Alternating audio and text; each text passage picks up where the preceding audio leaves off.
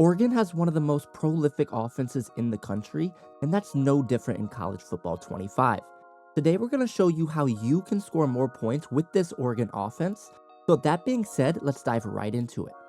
All right, guys, we got this. Let's go. Gun right, triple E. Close, let's go. On one. Ready? Ready.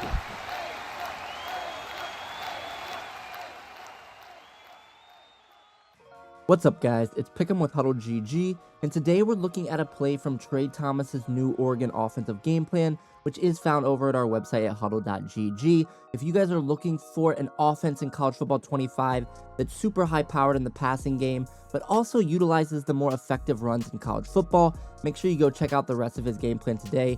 Trey is one of the better offensive players in the world each and every year, and he does not go away from that here with this game plan. So again, make sure you go check that out after today's video. But let's hop into the play we're talking about today, and the play is going to be flood out of the gun bunch strong offset formation. Now, this setup we're talking about today is a way that Trey likes to attack cover 2 style defenses. So you can see here on the defensive side of the ball, we did come out with a cover 2 defense, and what we want to do is we want to align the bunch to the short side of the field. Okay, so you can see the bunches to the short side of the field here, and this is what our stock play art looks like. Now, the setup for this is fairly simple as well. What we want to do is we want to streak our tight end, and then we want to put the solo receiver on a deep cross. Okay, so this is what our play art is going to look like, and the route we're really trying to take advantage of here on this play is the X receiver on that outside fade. Initially, it looks like it may just be a streak down the field, but if you really pay attention to that X route, it's actually fading away towards that outside sideline. And what we're doing here with this setup is we're taking advantage of that safety having to cover that whole deep half of the field. And we're going to really put him in conflict. As you can see here, he has to worry about the tight end going down the middle and that outside fade. So that's really what the design of this play is used for. So what we're going to see here is, again, our first read is going to be that X receiver, right? If you have a good speed guy here as well, you can actually hit this for a bomb. We'll show it as a bomb, and then we'll show it where you can also just hit it on the sideline for a nice 30-yard gain or so.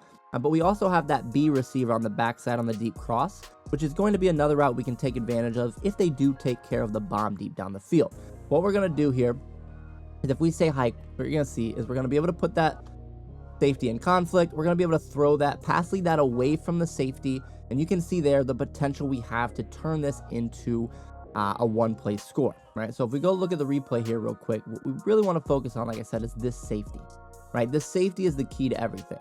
So if we look at this here, he has to stay to the middle and split these two guys, because again, we have two people running into his area of the field. One of them is actually tailing away with their route as well, right? This guy, the tight end, is running straight down the field, but this receiver is pulling away from him with his route and running towards the sideline. So we're going to take advantage of that. We're going to pass lead that the direction he's fading, right? So towards that outside sideline.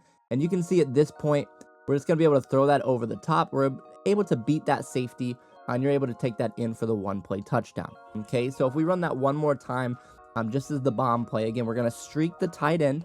We're going to put the B, or that solo receiver, there on a deep cross, and it's going to look just like this.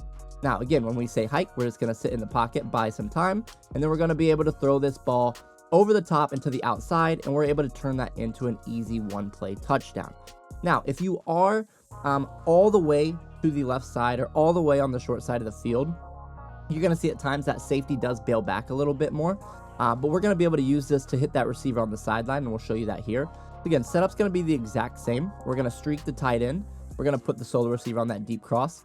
And then, again, we're typically looking for that X over the top, but what you'll see here is the safety actually gets depth a little bit quicker, but that's okay. We're just going to use this to throw it right here on the sideline, and if we make a good throw there, we actually still got the catch. So you can see it's an easy completion there down the sideline. Like, so when you're all the way to the short hash, the safety sometimes will get depth a lot quicker, and you can see him getting depth. We don't want to try to throw this over the top in this situation because, again, our guy is 8 yards underneath him. We're not going to be able to beat him over the top here, but we do have this whole shot down the sideline. He's still fading away from the safety, so we're just going to pass lead this to the outside, and you can see we have a huge hole here in the defense, and that's going to be an easy, like I said, 30 yards or so down the field. Let's run that one more time. Again, if we streak the tight end, put the B on a deep cross, and then we are going to contain,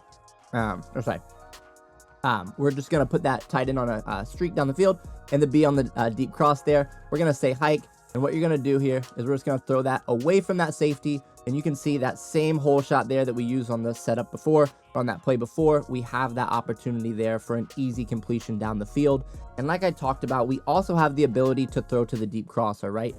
So let's say that they take away the fade, or we don't like it. Maybe we're late on that read to that X receiver. What we can do now is we can throw this B once he gets all the way across the formation. So we're just going to wait, and then we're going to be able to throw this B right there as he's crossing the field. And that's another big chunk gain down the field. And like I said, this is something that we want to really aim for, this outside receiver on the fade. But there will be times where your opponent makes an adjustment. Let's say they man him up with somebody. We don't like that read. Let's say they drop this guy into an outside third and they trick us. That's okay. We have these two guys clearing out the deep coverage. And then we have this deep crosser coming all the way across the field, and we just want to hit him on that opposite sideline. And this is another 30+ yard gain. So you can see here on this play, we're really going to be able to attack down the field against cover 2 style defenses. And we have two options with that outside fade, but we also have the ability for that deep crosser coming across the field as well.